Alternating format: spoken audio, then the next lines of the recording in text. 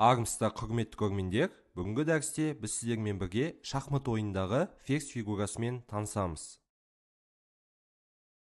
Ферзь фигурасы шахмат ойынында ауыр фигуралар қатарына жатады.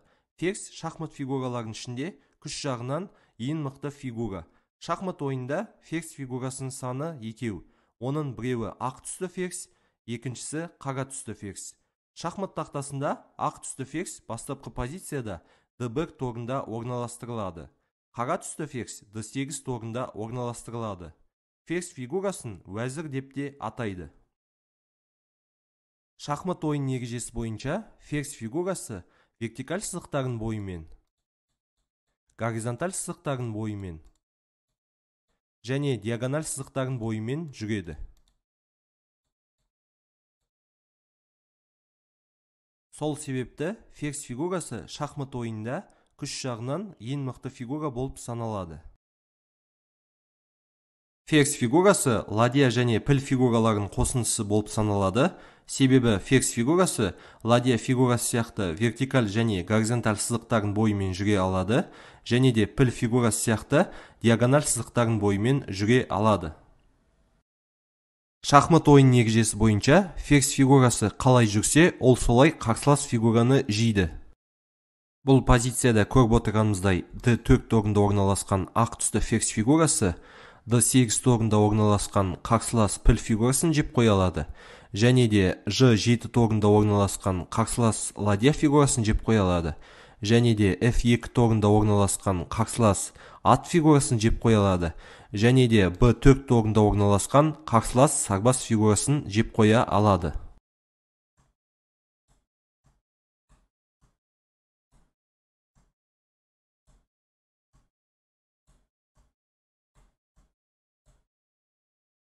Келесі позиция, бұл жерде біз E2 торында орналасқан ақ түсті ферзь фигурасымен қарсылас фигураларды жеп қоюымыз керек. Шахмат ойын ережесі бойынша жүрістер кезекпен жасалады. Бұл позицияда қара түсті фигуралар бірінші жүреді. Бұл жерде мен қара түсті король фигурасымен ғана жүремін. Сіздерге ферзь фигурасы қарсылас фигураларды қалай жейтінін көрсету мақсатында. Бұл жерде қара түсті король фигурасы A6 торына жүреді. Ферзь фигурасы E4 торында орналасқан ат фигурасын жейді. Король фигурасы A7 торына жүреді. Ферзь фигурасы C4 торында орналасқан пілді жейді. Қара түсті король фигурасы B7 торына жүреді. Ферзь фигурасы E6 торында орналасқан ладья фигурасын жейді. Король фигурасы A7 торына жүреді. Ферзь фигурасы G8 торына жүреді. Король фигурасы B6 торына жүреді. Ферзь фигурасы H8 торында орналасқан ладья фигурасын жейді. Король фигурасы C7 торына жүреді. Ферзь фигурасы C3 торында орналасқан ат фигурасын жейді. Король фигурасы B8 торына жүреді. Ферзь фигурасы H3 торында орналасқан сарбаз фигурасын жейді. Король фигурасы C7 торына жүреді. Ферзь фигурасы H5 торына жүреді. Король фигурасы C8 торына жүреді. Ферзь фигурасы G5 торында орналасқан піл фигурасын жейді. Келесі позиция. Бұл жерде A1 торында орналасқан ферзь фигурасы A4 торында орналасқан қарсылас сарбаз фигурасын жеп қою керек. Ферзь фигурасы осындай жолмен жүріп, қарсылас сарбаз фигурасын жейді. Бұл позицияда қара түсті фигуралар бірінші жүреді. Қара түсті король фигурасы H6 торына жүреді. Ферзь фигурасы G1 торына жүреді. Қара түсті король фигурасы H7 торына жүреді. Ферзь фигурасы G2 торына жүреді. Қара түсті король фигурасы H6 торына жүреді.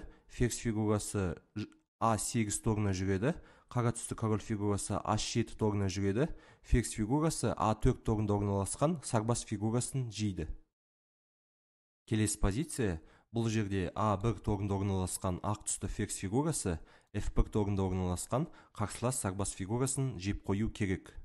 Ферзь фигурасы осындай жолмен жүріп, қарсылас сарбаз фигурасын жейді. Бұл позицияда қара түсті фигуралар бірінші жүреді. Қара түсті король фигурасы B7 торына жүреді. Ферзь фигурасы H8 торына жүреді. Қара түсті король фигурасы C8 торына жүреді. Ферзь фигурасы H1 торына жүреді. Қара түсті король фигурасы b7 торына жүреді, ферзь фигурасы сарбаз фигурасын жейді. Келесі позиция, бұл жерде b1 торында орналасқан қара түсті ферзь фигурасы d8 торында орналасқан қарсылас сарбаз фигурасын жеп қою керек.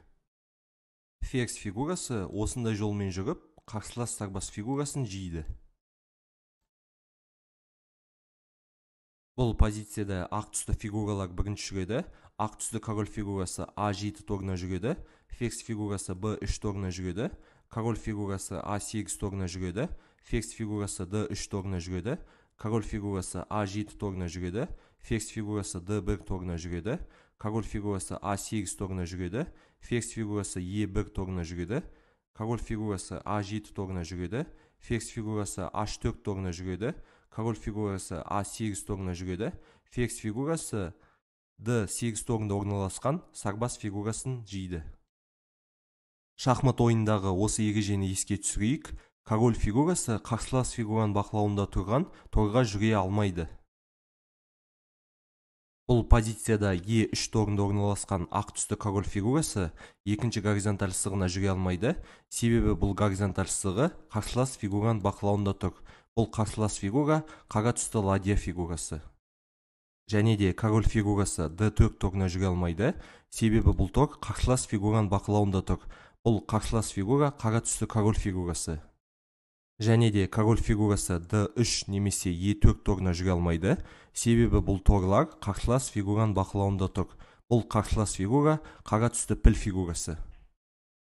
Және де король фигурасы f4 торына жүре алмайды, себебі бұл тор қарсылас фигураны бақылауында тұр. Бұл қарсылас фигура қара түсті ферзь фигурасы. Бұл позицияда ақ түсті король фигурасы тек f3 торына ғана жүре алады. Келесі позиция, бұл жерде d3 торында орналасқан қара түсті король фигурасы с вертикаль сызығына жүре алмайды, себебі бұл вертикаль сызығы қарсылас фигураны бақылауында тұр. Бұл қарсылас фигура ақ түсті ладья фигурасы. Және де король фигурасы e4 торына жүре алмайды, себебі бұл тор қарсылас фигураны бақылауында тұр. Бұл қарсылас фигура ақ түсті король фигурасы. Және де король фигурасы d4 немесе e3 торына жүре алмайды, себебі бұл торлар қарсылас фигураны бақылауында тұр. Бұл қарсылас фигура ақ түсті ферзь фигурасы. Және де король фигурасы e2 торына жүре алмайды, себебі бұл тор қарсылас фигураны бақылауында тұр. Бұл қарсылас фигура ақ түсті піл фигурасы. Бұл позицияда қара түсті король фигурасы тек d2 торына ғана жүре алады. Келесі позиция, бұл жерде d4 торында орналасқан ақ түсті король фигурасы үшінші горизонталь сызығына жүре алмайды, себебі бұл горизонталь сызығы қарсылас фигураны бақылауында тұр. Бұл қарсылас фигура қара түсті ферзь фигурасы. Және де король фигурасы s4 немесе d5 торына жүре алмайды, себебі бұл торлар қарсылас фигураны бақылауында тұр. Бұл қарсылас фигура қара түсті піл фигурасы. Бұл позицияда король фигурасы тек 3 торға ғана жүре алады. Бұл s5 торы, e4 торы немесе e5 торы. Келесі позиция, бұл жерде e4 торында орналасқан қара түсті король фигурасы f вертикаль сызығына жүре алмайды, себебі бұл вертикаль сызығы қарсылас фигураны бақылауында тұр. Бұл қарсылас фигура ақ түсті ферзь фигурасы. Және де король фигурасы e3 немесе d3 торына жүре алмайды, себебі бұл торлар қарсылас фигураны бақылауында тұр. Бұл қарсылас фигура ақ түсті ферзь фигурасы. Және де бұл жерде король фигурасы d4 немесе e5 торына жүре алмайды, себебі бұл торлар қарсылас фигураны бақылауында тұр. Бұл қарсылас фигура ақ түсті піл фигурасы. Король фигурасы бұл жерде тек бір торға ғана жүре алады. Бұл тор d5 торы. Бүгін біз сіздермен бірге шахмат ойындағы ферзь фигурасымен таныстық. Егер де бұл дәріс сіздерге ұнаса, лайк басып, пікір жазып кетсеңіздер болады.